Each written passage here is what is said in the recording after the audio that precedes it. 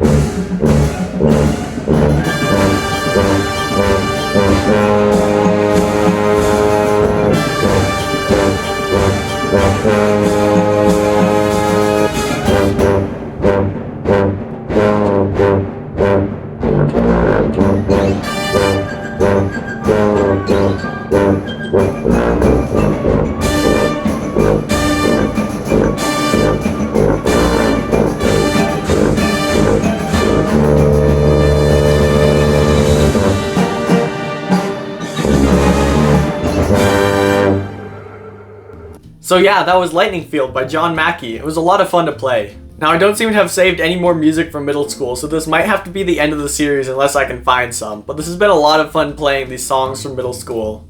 Now don't forget to have a cowbell day.